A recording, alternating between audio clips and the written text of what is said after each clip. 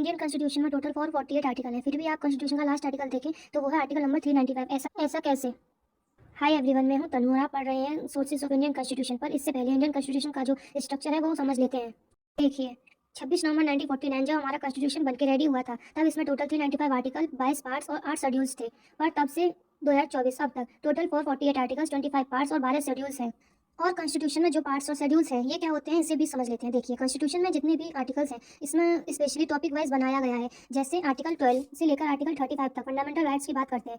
यही specific topic wise arrangement है, इसे कहते हैं पार्ट्स। हर पार्ट स्पेसिफिक आर्टिकल की बात करता है। नेक्स्ट है शेड्यूल। देखिए, आर्टिकल में जो भी प्रोविजन दिए गए हैं, इसके अलावा जो भी एडिशनल डिटेल्स होती हैं, जो भी लिस्ट होती है, उन्हें इंट्रोड्यूस किया जाता है एज अ शेड्यूल। जैसे शेड्यूल 1 और 4 जो है वो स्टेट और यूनियन टेरिटरीज के नाम, उनकी टेरिटरीज क्या होंगी, ये बात करता है। शेड्यूल 2 ये सैलरीज प्रिस्क्राइब करता है। शेड्यूल 8 कौन कौन सी लैंग्वेज ऑफिशियल लैंग्वेज है ये बताता है। इंडियन कॉन्स्टिट्यूशन में अभी तक 124 अमेंडमेंट बिल प्रपोज किए गए हैं, जिसमें से अभी तक 106 अमेंडमेंट पास किए गए। सबसे लेटेस्ट है 105 अमेंडमेंट जो 9 अगस्त 2021 में पास किया गया है। चलते हैं 1946 से 1947 में, जब इंडिया की कॉन्स्टिट्यूएंट असेंबली पहली बार कॉन्स्टिट्यूशन बनाना स्टार्ट कर रही थी, तब हमने मेनली 11 सोर्सेज पर रिले किया था कॉन्स्टिट्यूशन बनाने के लिए। इन सारे सोर्सेज को हम एक एक करके पढ़ेंगे। इसके साथ हम ये भी देखेंगे कि हर एक सोर्सेज से ऐसा कौन सा इंपॉर्टेंट फीचर हमने कॉन्स्टिट्यूशन में इंसर्ट किया है। सबसे पहला था the government of India act 1935। देखिए, इंडिपेंडेंट इंडिया का जो कॉन्स्टिट्यूशन है वो फोर्स में आया 26 जनवरी 1950 में।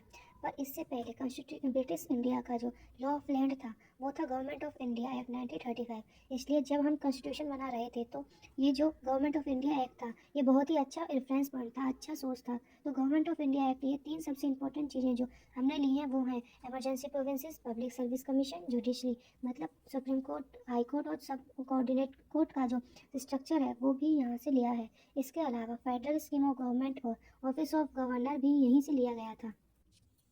सेकंड सोर्स है यूएस का कॉन्स्टिट्यूशन। यहाँ से सबसे इंपॉर्टेंट चीज़ जो हमने ली है वो है फंडामेंटल राइट्स और judicial review. Government of India act में फंडामेंटल राइट्स या फंडामेंटल ड्यूटीज़ को लेकर कोई प्रोविजन नहीं था, तो 1950 से ही इंडियंस को उनके फंडामेंटल राइट्स मिले हैं। नेक्स्ट है जुडिशियल रिव्यू। ये इंश्योर करता है कि ऐसा कोई लॉ ना हो जो फंडामेंटल राइट्स को वायलेट करता हो। इसके अलावा दो बहुत इंपॉर्टेंट पोस्ट को रिमूव करने का प्रोसीजर भी हमने यूएस कॉन्स्टिट्यूशन से लिया था। पहला, प्रेसिडेंट को रिमूव करने का तरीका जिसे इम्पीचमेंट कहते हैं, और सुप्रीम कोर्ट और हाई कोर्ट के जजेस को रिमूव करने का प्रोसीजर। इसके अलावा हमने अमेरिकन कॉन्स्टिट्यूशन से लिया है हमारे कॉन्स्टिट्यूशन का प्रीएम्बल और independence of judiciary. Third source है ब्रिटिश कॉन्स्टिट्यूशन। यहाँ से हमने बहुत ही इंपॉर्टेंट चीज़ें ली हैं, जैसे रिट्स। ये एक तरीके की कॉन्स्टिट्यूशनल रेमेडी होती है, इसके लिए प्रोविजन दिया गया है आर्टिकल 32 और 226 में। नेक्स्ट हमने यहाँ से लिया है parliamentary form of government, single citizenship, parliamentary privileges और rule of law. Rule of law ये कहता है कि किसी भी कंट्री में गवर्नमेंट सुप्रीम नहीं होती, लॉ सुप्रीम होता है। नेक्स्ट है आइलैंड कॉन्स्टिट्यूशन। यहाँ से जो सबसे इंपॉर्टेंट चीज़ हमने ली है वो है directive principle of state policy, जो कि एक तरह की गाइडलाइंस होते हैं कि किस स्टेट को कैसे गवर्न करना चाहिए, किस टाइप की पॉलिसीज और लॉ बनाने चाहिए, ये सब चीज़ें। इसके साथ हमने लिया है प्रेसिडेंट के इलेक्शन का प्रोसीजर और राज्यसभा में मेंबर्स नॉमिनेशन का प्रोसीजर। नेक्स्ट है जर्मनी का कॉन्स्टिट्यूशन। यहाँ से सबसे इंपॉर्टेंट चीज़ जो ली है वो है इमरजेंसी के दौरान फंडामेंटल राइट्स का सस्पेंड हो जाना। इसके बाद है साउथ अफ्रीका। यहाँ से हमने लिया है अमेंडमेंट ऑफ द कॉन्स्टिट्यूशन और राज्यसभा में इलेक्शन का प्रोसीजर। नेक्स्ट है सोवियत यूनियन। यहाँ से हमने लिया है फंडामेंटल ड्यूटीज़, जो कि एक तरीके की मोरल ऑब्लिगेशंस होती हैं सिटीजन्स पे और पैट्रियटिज्म को बढ़ाने के लिए। इसके साथ ही हमने लिया है ideals of social, economic and political justice. ये आपको कॉन्स्टिट्यूशन के प्रीएम्बल में मिल जाएगा। नेक्स्ट है कनाडा। देखिए, इंडिया में जो 2 गवर्नमेंट हैं, सेंट्रल और स्टेट गवर्नमेंट, पर ज़्यादा पावर सेंट्रल गवर्नमेंट के पास रहती है। ये जो फेडरल स्ट्रक्चर है हमने कनाडा से लिया है और यहाँ से लिया है advisory jurisdiction of the Supreme Court appoints the government और residuary power of the centre. Residuary power क्या होती है कि जो भी पावर सेंट्रल स्टेट और कॉन्करेंट लिस्ट में नहीं दिए गए हैं उन पर लॉ बनाने की पावर सेंट्रल के पास है।